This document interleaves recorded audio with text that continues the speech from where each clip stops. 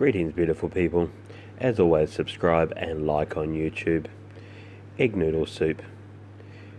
Not quite as complicated as it would appear. There's just a lot of ingredients. Cut them all up pretty simply. And then the main trick is adding them in the correct order.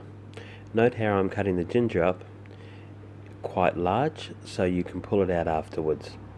If you dice it up too small, then you get unpleasant little bursts of ginger. Shiitake mushrooms are beautiful fresh, but you can use the dried ones. I'll have the full method on my blog, so make sure you check that out for what order you add the vegetables to the stock and when you add the egg noodles. These are garlic shoots, absolutely amazing. You have to go to Chinese shops to buy them generally. With the shallots, I separate it out into the green and the white part and cut them slightly different widths.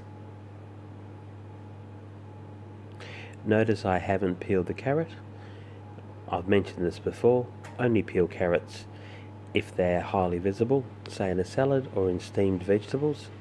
Otherwise, don't waste the nutrients by throwing the peel out. I'm using less chili than I normally would. I was sharing this with a friend who is chili sensitive. Look at all those lovely fresh ingredients. Okay, start with your bowl.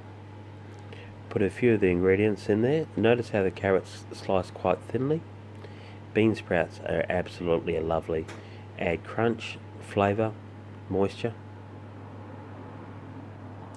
Bring the stock to the boil. Add your ginger, garlic, chili and coriander root. Then once it's boiling, throw in your noodles. After about 2 or 3 minutes, throw in some of your vegetables. Give it another minute or two, and then season with the tamari and the lemon juice or lime juice or vinegar, rice vinegar. Pour everything on top of the raw vegetables, or you can ladle it out and then put the stock on top, which is less messy. Garnish simply and enjoy. This is 254 calories and really easy to make.